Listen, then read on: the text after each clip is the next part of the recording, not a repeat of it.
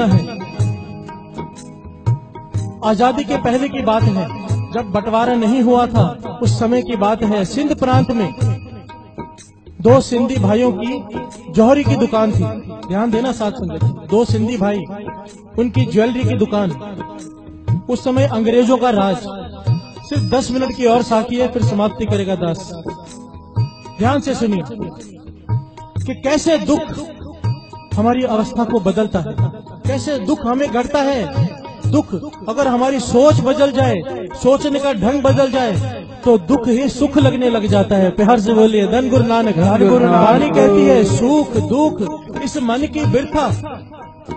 वही चीज जिसमें से दुख नजर आ रहा है, अगर तेरी सोच बदल गई तो वही चीज में से तू सुख प्राप्त कर लेगा।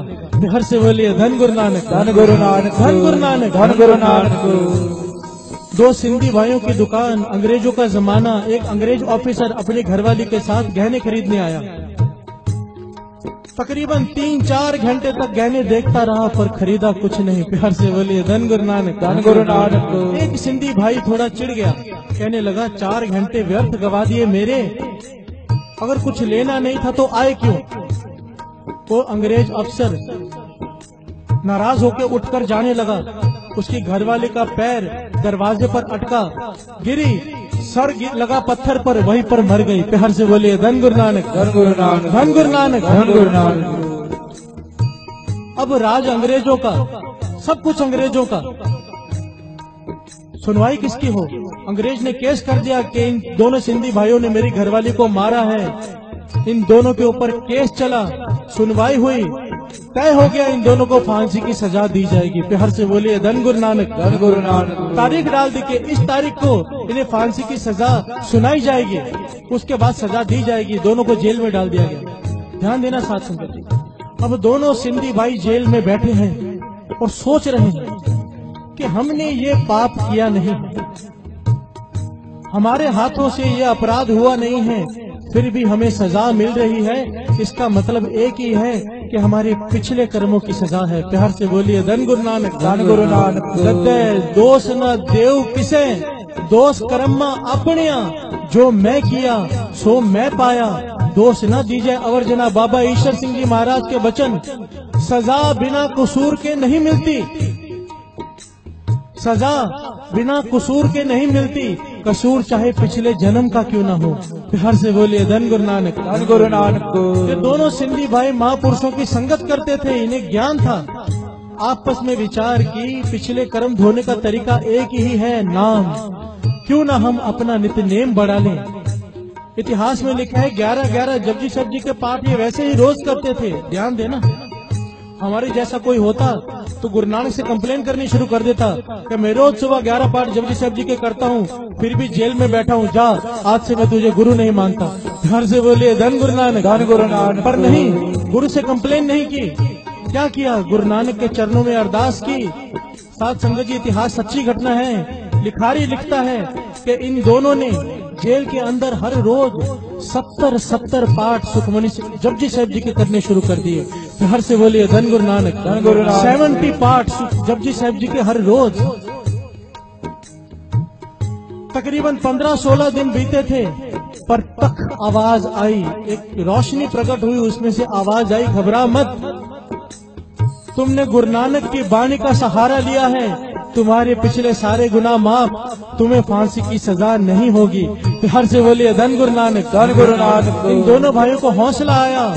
अब पाठ कर रहे हैं, पर अब चाव से कर रहे हैं। पहले डर कर रहे थे, अब खुशी में कर रहे हैं, बानी पढ़ते जा रहे हैं। ये नहीं कि आवाज आ गई और अब नित्यनेम कम बंद, नहीं, अब भी नित्यनेम जारी। 70 पाठ जपजी साहब जी के रोज कर रहे हैं। उधर जज को रोज रात को नींद में सपने आते हैं कि इन दोनों भाई निर्दोष है, इन्हें छोड़ दो, पर जज ध्यान नहीं दे रहा। जिस दिन तारीख थी, जज ने कलम पकड़ी इन दोनों को सजा देने के लिए, जज के हाथ की कलम चल ही नहीं रही है। प्यार से बोले धन गुरु नानक। धन गुरु नानक। कोशिश कर रहा है, उसका हाथ नहीं चल पा रहा, उसका शरीर नहीं हिल पा रहा। आवाज आई जोर से, तुझे कहा है ये गुरु नानक के सिख हैं, इन्हें छोड़ दे। प्यार से बोलिए धन गुरु नानक। धन गुरु नानक। समझ गया कोई गैबी ताकत, गैबी शक्ति इनके साथ है। जज ने बाइज्जत भरी कर दिया। प्यार से बोलिए धन गुरु नानक। धन गुरु नानक। अब ये दोनों के पास फिर कान में आवाज आई जब जेल से छूटे कि अब सीधा भुच्चो पहुंचो। प्यार से बोलिए धन गुरु नानक। धन गुरु नानक। भुच्चो बाबा आनंद सिंह जी महाराज के गुरु का स्थान बाबा महाहरनाम सिंह जी। लिखारी लिखता है कि माँ वहाँ बैठा रहता था। 40 दिन इन्होंने भुच्चो में बिताए। बठिंडे के पास ये स्थान है। एक पेड़ के नीचे बैठे रहते थे। बाबा महाहरनाम सिंह जी संगत को बुला बुला कर कहते थे, जाओ इन दोनों भाइयों के दर्शन करो, ये ब्रह्म ज्ञानी की अवस्था को प्राप्त हो गए हैं। एक दुख ने इन्हें ब्रह्म ज्ञानी बना दिया है। प्यार से बोलिए धन गुरु नानक। धन गुरु नानक। जिस अवस्था को प्राप्त करने के लिए ऋषि मुनि कई जन्मों का तप करते हैं, एक दुख ने इन्हें वो अवस्था प्रदान कर दी। लिखारी लिखता है कि कई बार इन दोनों सिंधी भाइयों के पास से मैं गुजरता था और इन दोनों के पास से सिर्फ 2 आवाजें मैंने सुनी।